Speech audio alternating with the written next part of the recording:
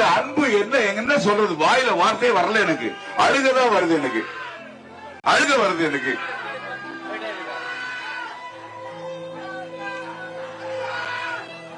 அப்புறம் அவருடைய நடிகராகவே நான் அவரை நினைச்சு பார்த்ததே இல்லை. ஒரு மனிதன் எப்படி வாழ வேண்டும், ஒரு மனிதன் எப்படி வாழ வேண்டும் என்பதற்கு ஒரு மிகப்பெரிய உதாரணம் அவர். கருணை உள்ளம், அன்பு, பாசம், நேசம், ஃப்ரெண்ட்ஷிப் எல்லாமே புதப்படி இறங்கி வருவார். ஒரு பெரிய அதிகாரத்தில் அவருடைய அந்தஸ்துல இருக்கும்போது அவரெல்லாம் சாதாரண ஒரு மனிதர்கள பேசணும்னு அவசியமே இல்லை. ஏதோ ஒரு சம்பிரதாயத்தை பேசிட்டு போலாம். ஆனா டவுன் டு எர்த் இறங்கி வந்து எல்லார்ட்டையும் பேசுவார். அவர் கூட முதல் முறையா நான் வந்து சந்திச்ச அந்த ஞாபகம் இப்ப கூட என்கிட்ட அப்படியே மனசுல இருக்குங்க எனக்கு. அவர்கிட்ட நான் ஒரு கதை சொல்ல போயிருந்தேன்.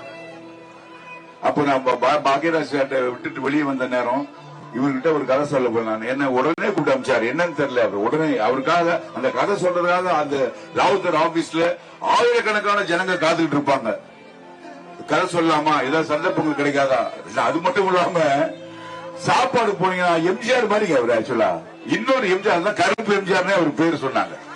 கருப்பு எம்ஜிஆர் அவர் ஆக்சுவலா கருப்புலாம் கிடையாது, அழகா இருப்பாரு அவரு. அவருடைய கண்ணு அழகு பாத்தீங்கன்னா பாத்துட்டு அவர் கண்ணு கிட்ட ஒரு பவர் ஒன்று இருக்குங்க. அப்படி பார்த்தாருன்னா அப்படியே உருண்டுரும் அந்த கீழே. கிட்ட வந்து ஒரு பார்வை பார்த்தாருன்னா அப்படியே அப்படி ஒரு ஒரு நட்பு, கருணை, பாசம் எல்லாமே அந்த கண்ணுல இருக்கும். பார்த்து என்ன கூப்பிட்டு அமைச்சு கதை சொல்லி அந்த கதையை கேட்டுட்டு, லிவிங்ஸ்டன் உங்க கதை நல்லா இருக்குது, ஆனா நீங்க கதை சொல்ற விதம் எனக்கு ரொம்ப பிடிச்சிருக்கு. ஒரு படம் நாங்க எடுக்கிறோம் பூந்தோட்ட காவல்காரன் சொல்லிட்டு, அதுல ஒரு மெயின் லீடிங் ரோல் நீங்க படம் நல்லா இருக்கும், நாங்க எல்லாருமே ஃபீல் பண்றோம்.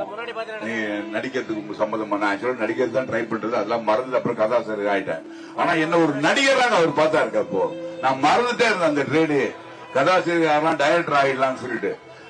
என்ன பாக்யராஜ் சார் வந்து ஒரு கதாசிரியரோ உதவியாளரோ தான் பார்த்தாரு. ஆனா என்ன ஒரு நடிகரா பார்த்தாரு அவர் தாங்க.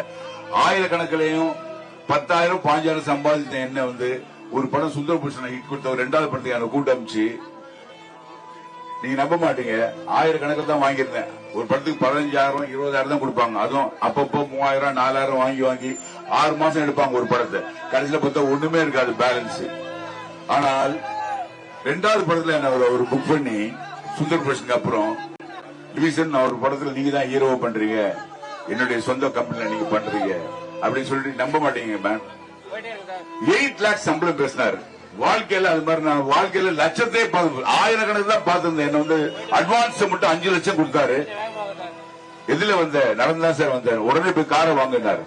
நான் சொன்னேன் சார் லட்சம் நமக்கு அதிர்ச்சி ஆயிடுச்சு. எனக்கு நான் பார்த்ததே கிடையாது லட்சத்தை. ஆயிரக்கணக்கில் அது கொஞ்சம் கொஞ்சமா பார்த்திருக்கேன். 5 லட்சம் இப்ப எடுத்துட்டு போனாரு. கார் போய் வாங்கினாரு. நான் சொன்னேன் சார் எங்க அம்மா கிட்ட அடிக்கடி நான் சொல்லுவேன், அம்மா நான் சினிமால ஒரு பெரிய ஆளான பிறகு லட்சக்கணக்கில் சம்பாதிப்போமா, அப்ப நான் உடனே இந்த லட்சத்தை கொடுக்கறேன்னு சொல்லியிருந்தேன் சார். அதனால நீங்க கொடுக்குற 5 லட்சத்தை 100 ரூபா கட்டா கொட்டீங்கன்னா அது எங்க அம்மா காலடியில் நான் வைப்பேன் சார். அது உடனே கேட்டுட்டுங்க இமிடியா அக்கௌண்ட் கூப்பிட்டு டிவிஷனுக்கு 100 ரூபா கட்டா கொடு சார், 1/2 கோடி ஆகும் சார். நாங்க பரவாயில்ல நான் எடுத்துட்டு வாடான்னு சொன்னாரு. உடனே பேங்க்ல இருந்து 100 கட்டை எடுத்துட்டு வந்து 1/2 கோடி ஆக்கி எதுல எடுத்துட்டு போவேன்னாரு. இல்ல சார் ஆட்டோவில் தான் எடுத்து போவான். அவருடைய காரை கொடுத்தாங்க அவரு. நீ போய் எடுத்து உங்க அம்மாவுடைய போய் காட்டுனாரு. அந்த படத்தை எடுத்துட்டு போய் எங்க அம்மா காலடியில் வச்சுங்க. நான்